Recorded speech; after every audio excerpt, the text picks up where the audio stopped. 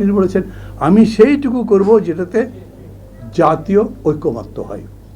জিজ্ঞেস করছি যদি জাতীয় ঐক্যমত্য না হয়, মনে আছে আপনাদের উনি কী বলেছেন? আমি এটা ভোট দিয়ে চলে যাব। তার মানে কোনো সংস্কার নাই, হলো না, তারপরে ভোট দিয়ে চলে যাবেন। উনি কিন্তু যেদিন প্রথম প্যারিস থেকে এসেছেন সেদিনও বলেছেন আমার কথা শুনতে হবে, নাহলে কিন্তু আমি চলে যাব। শেখ মুজিবুর রহমান প্রশাসক হিসেবে ভালো ছিলেন আমি কখনোই মনে করতাম না, আর মনে করবার মতো কোনো কারণই তো ছিল না।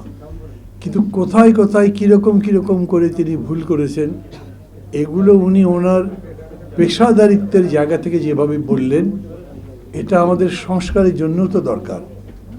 ঠিক এরকম করে ধারাবাহিকভাবে যদি যান, তাহলে জিয়া রহমান সাহেব কী ভুল করেছেন, বেগম জিয়া কি ভুল করেছেন জানা দরকার। শেখ হাসিনাটা জানা দরকার আছে। আমি মনে করি যে চোরের কাছে আবার কি জানবেন, ভালো মানুষ দু একটা ভুল করেছে সেটা জানার দরকার, অথবা খুবই গড়পড়তা মানুষ হলে সেটা জানা দরকার। যাই হোক, যেহেতু সময় খুব নেই, আমি ফোকাসড হতে চাই। এজেন্ডা যেটা করেছেন সেই এজেন্ডার উপরেই কথা বলবো আমি, এবং এই এজেন্ডার আবার ক্লুটা ভালো করে বুঝিনি। আমাকে যে দুটো পেপার দেওয়া হয়েছে, এটার কোনটা আপনাদের অফিসিয়াল বক্তব্য সেটা মানে এটা পড়ে আমি বুঝতে পারিনি। তাহলে আমি প্রথমে যদি জিজ্ঞেস করি সংস্কার শব্দ নিয়ে আমরা কি বুঝি। সংস্কার এতই একটা বিশাল ব্যাপার, এটা মহাকাব্যের মতো, মহাসমুদ্রের মতো। আপনি দেশের সংস্কার করতে চান মানে কি? বাংলাদেশকে আমেরিকান লেভেলে নিতে চান, বাংলাদেশকে একটা স্বর্গরাজ্য বানাতে চান, বাংলাদেশকে খুবই ভালোবাসার জায়গা বানাতে চান, মানে বাংলাদেশকে গুণগতভাবে যত উন্নত জায়গায় নেওয়া যায় তাই চাই। তো সেরকম সংস্কারের স্বপ্ন তো আমাদের সবসময় আছে। আমরা যখন যুদ্ধ করেছি স্বাধীনতার, তখন আমাদের চোখে কি স্বপ্ন ছিল? সোনার বাংলা গড়ব, সুজলা সুফলা শস্য শ্যামলা সোনার বাংলা, গোলা ভরা ধান, গোয়াল ভরা গরু, পুকুর ভরা মাছ। কিছুই তো হয়নি। আজও এই সংস্কারের কথাটা কখন আসছে? বিশেষ করে জুলাই আগস্টের অভ্যুত্থানের মধ্যে, এটাকে আমি গণ অভ্যুত্থান বলি, এবং এই গণ অভ্যুত্থানকে অন্য যে কোনো অভ্যুত্থানের চাইতে অনেক বেশি বৈশিষ্ট্যমণ্ডিত, সৌকর্যময়, সুন্দর মনে করি। ও ব্যাখ্যা আমি বলবো পারে, অল্প, খুব বেশি কথায় যাব না। এই অভ্যুত্থানটা যখন হয়, তখন অভ্যুত্থানের মধ্যে কতগুলো জিনিস এরকম করে দেখা গেছে যাতে ওই যে কবিতা মনে পড়ে, সাবাস বাংলাদেশ এ পৃথিবী অবাক তাকিয়ে রয়। সবাই শুনেছেন না, শেখ হাসিনা ক্ষমতায় থাকবেনই, ছাড়বেন না। আর্মির চিফকে ডেকে বলেন দেদার গুলি করতে থাকো, কত লোক পরে কেয়ার করি না, আমি ক্ষমতায় থাকতে চাই। এয়ারফোর্সের চিফকে বলেছেন চালিয়ে দাও গুলি উপর থেকে, আমাকে ক্ষমতায় থাকতে হবে। দুইজনই বলেছেন ম্যাডাম গুলি যতই চালাই লাভ তো হয় না, একটা বলে আর চারটা দাঁড়িয়ে যায়। এ কি সোজা কথা নাকি? আপনি আপনাদের অতীত দেখেন, আমাদের দেশের ইতিহাস, তবে ভারতবর্ষের ইতিহাস দেখেন, একেবারে জেনে শুনে সামনে গুলি হচ্ছে কিন্তু কেউ পেছনে যাচ্ছে না, বলছে পেছনে মৃত্যু, সামনে বাংলাদেশ। এগুলো আপনারা টিভিতে দেখেছেন, অন্য জায়গায় দেখেছেন। এত বড় চেতনার উন্মেষ আমি অন্তত আমার বুদ্ধি বয়সে, আমি লেখাপড়াও যা করেছি যতটুকু আন্দোলন সম্পর্কে, এই রকম চেতনা আমি দেখিনি কোথাও। এই চেতনাটা কোত্থেকে আসে? একটা হচ্ছে সম্পূর্ণভাবে জীবনের প্রতি বিতৃষ্ট হয়ে গেছে, বীতশ্রদ্ধ হয়ে গেছে, এই জীবন চাই না। যেরকম উগান্ডার ছেলেরা বলেছে, আপোষ করতে করতে, নথি স্বীকার করতে করতে আমরা ঘেন্না ধরে গেছে জীবনের প্রতি, এইবার সাহস দেখাতে চাই। এই রকম বাংলাদেশের যুবকরা ওইটা দেখিয়েছে, আমরা এদের সামনে নথি স্বীকার করব না। আমার পাশে রিপন বসে আছেন, আমি আশা করি উনি কিছু মনে করবেন না। দেশের সবচাইতে বড় দল বিএনপি, এখন তো বটেই, তখনও ছিল, এবং অসাধারণ জনপ্রিয় দল।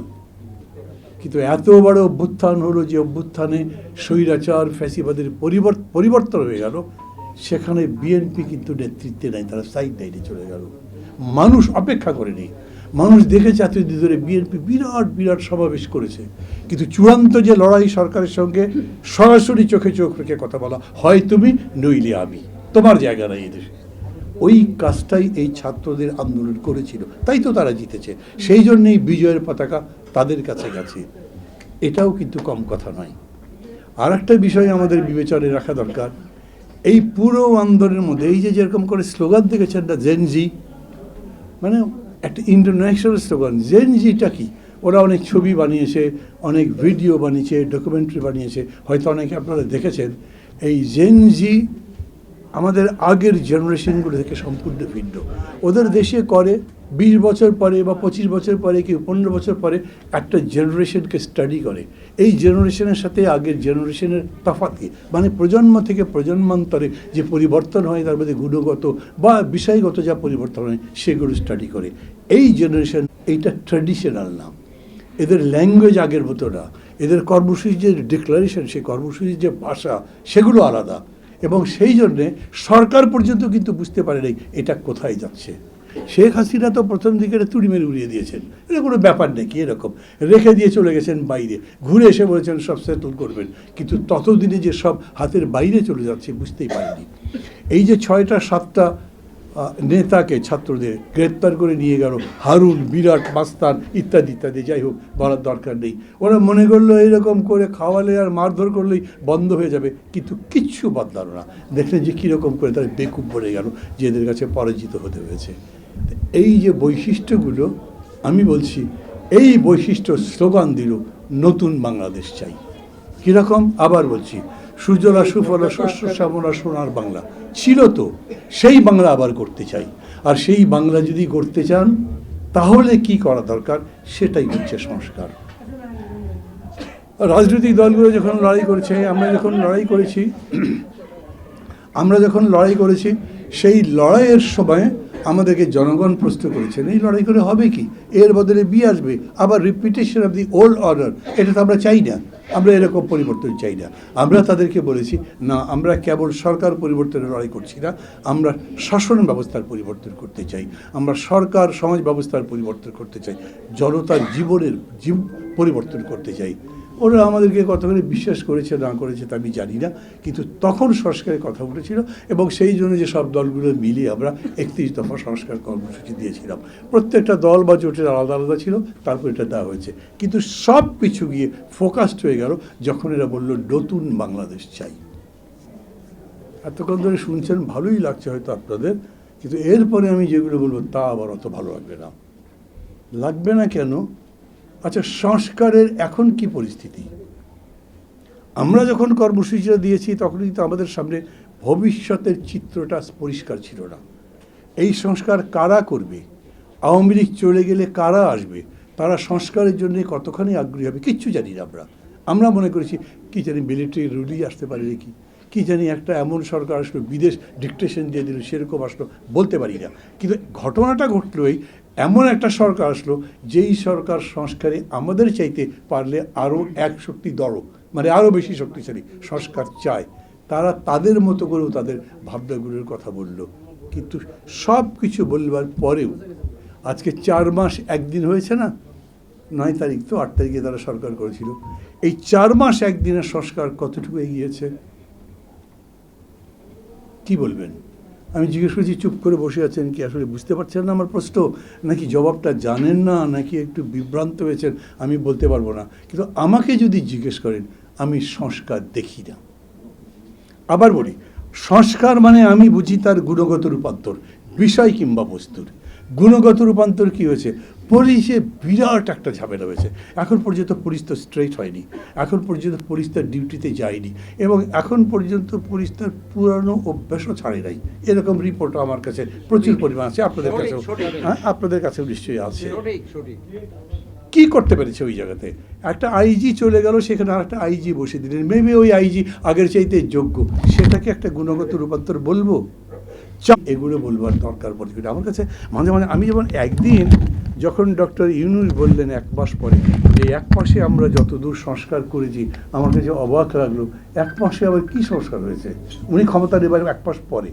আমি 4 মাস 1 দিন পরে বলছি গুণগত একটা বিষয় দেখেন, in civil administration, in police administration, nothing. বরঞ্চ আমি বলি হ্যাঁ, একটা হয়েছে কি, ভয়ে আছে লোকজন, ঘুষ যে খায় খুব চতুর্দিকে দেখে শুনে পারলে খায়, আবার এমন লোকের কাছ থেকে খায় মনে করে যে এটা একটা সিকিউরিটি আছে, টাকা দিলে। যদি রিপন কাউকে ঘুষ দেয়, কে তার বিরুদ্ধে অভিযোগ করবে?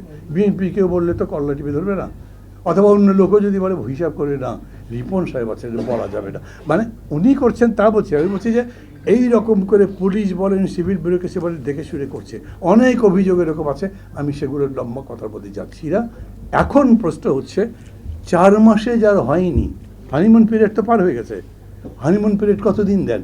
120 ডেজ না, 120 ডেজ না, 90 ডেজ দেন, 3 মাস। তার বেশি হানিমুন পিরিয়ড আমরা ধরি না। সরকার যে আসছে তাদের 90 দিন হানিমুন পিরিয়ড পার হয়ে গেছে। এখন যা সামনে আছে সেই সময়ের মধ্যে তারা কতদূর কী করবেন সেটাও দেখেন। কীরকম করে একভাবে মানে সীমানা দিয়ে দেওয়া হয়েছে। ডিসেম্বর জানুয়ারির মধ্যে কমিশন যেগুলো করেছে সেই কমিশনগুলো রিপোর্ট দেবে। সেই রিপোর্ট কোথায় দেবে? সরকারের কাছে। তারপরে সরকার এগুলো রাজনৈতিক দলগুলোর সাথে আলোচনা করবে। সরকার তো লেখে নাই, ওনারা আলোচনা করতে পারবেন ঠিক মতো? স্যার ডক্টর ইউনূস আমাদের এই টিমের সাথে বসছেন আনকনস্টিটিউশনাল রিফর্মস।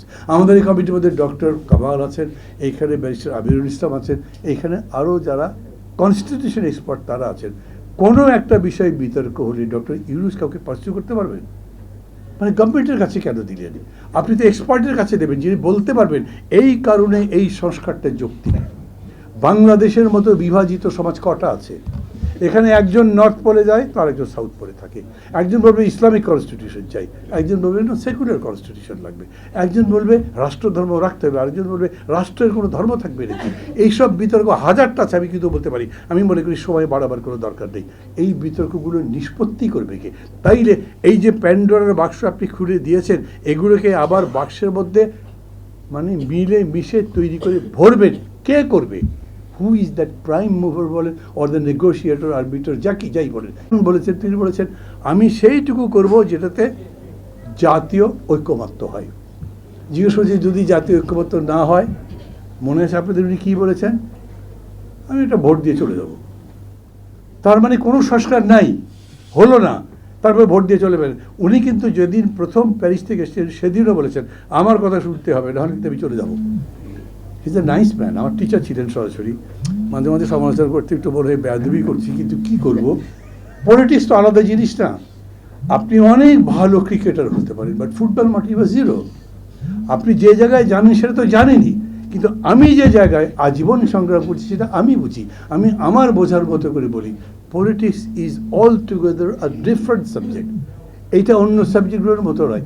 ইকোনমিক্সেরও হাজার রকম ব্রাঞ্চ আছে, সব জায়গাতে উনি বলতে পারবেন কিনা আমি তাও জানি না। কিন্তু এই জায়গাতে উনি যখন বলেন আমাকে না মানলে কিন্তু আমি চলে যাব, পলিটিশিয়ান এইরকম করে কথা বলেন না। পলিটিশিয়ান নর্মালি কোনো ডিফিটি মানেন না, কোনো হতাশা বলেন না, কোনো রকম না শব্দ তার মধ্যে থাকলে মনে করবে ওকে দিয়ে তো কাজ হবে না। আর যে পলিটিশিয়ান অসুস্থ, যেমন আমি বলতে চাই না, কারণ আপনারা অসুস্থ মনে করলে আমার সাথে থাকবেন, কারণ এই আমি আজ আছি না কাল আছি কে জানে। এই জন্যে পলিটিশিয়ানকে অনেক টাইট থাকতে হয় সব ব্যাপারে, টাইট লিপড, মেজার্ড। কথাবার্তা যখন বলবেন, কাজগুলো যখন করবেন, তখন বুঝে শুনে করতে হবে। এখানে ফালতু আবেগের কিন্তু কোনো জায়গা নেই। আর এমন একটা জায়গায় আপনি এখন পৌঁছেছেন, এরকম একটা ট্রানজিশনের টাইম, যেই ট্রানজিশনের টাইমে আপনার সঠিক নেতৃত্ব, দৃঢ় নেতৃত্ব এই জাতিকে সামনে নিয়ে যাবে। If you make a mistake, the whole country makes the mistake. তার মধ্যে পড়বে, তার কোনো বিকল্প তো নাই। এই কারণে এই জায়গাটা অনেক বেশি ক্রিটিক্যাল। অতএব জিনিসপত্রের দাম তো কমাতে পারেন নাই কিছু, আইন শৃঙ্খলা ঠিক করতে পারি, ঢাকা শহরে জ্যাম কিছু কমে নাই। এগুলো ব্যাপারে আমি দিলাম বাদ দেন ভাই, যদি জিনিসের দাম না কমে, জ্যাম যদি থাকে তত ভোট করা যাবে। কিন্তু পুলিশ যদি ঠিক না হয়, সিভিল বিউরোক্রেসি যদি ঠিক না হয়, তাহলে ইলেকশন করতে পারবেন না। আমি কি চাই? আমি একটা ইলেকশন চাই। শেখ হাসিনার বিরুদ্ধে বা সেই সরকারের বিরুদ্ধে আমার সবচেয়ে বড় অভিযোগ কি? ও ভোট শেষ করে দিয়েছে, গণতন্ত্র শেষ করে দিয়েছে, মানবিক অধিকার নষ্ট করে দিয়েছে। গণতন্ত্র সবগুলো হয়, অতএব গণতন্ত্র রেস্টোর করতে হবে। আর গণতন্ত্র রেস্টোর করবার জন্য আমরা বলছি একটা ভালো নির্বাচন চাই, যেই নির্বাচন সবাই গ্রহণ করবে, যেই নির্বাচনের মধ্যে দিয়ে যে সরকার হবে সেই সরকার জনগণের কাছে প্রমিস বাউন্ড হবে, কমিটেড হবে, এই কাজগুলো তারা করবে, করতেই হবে।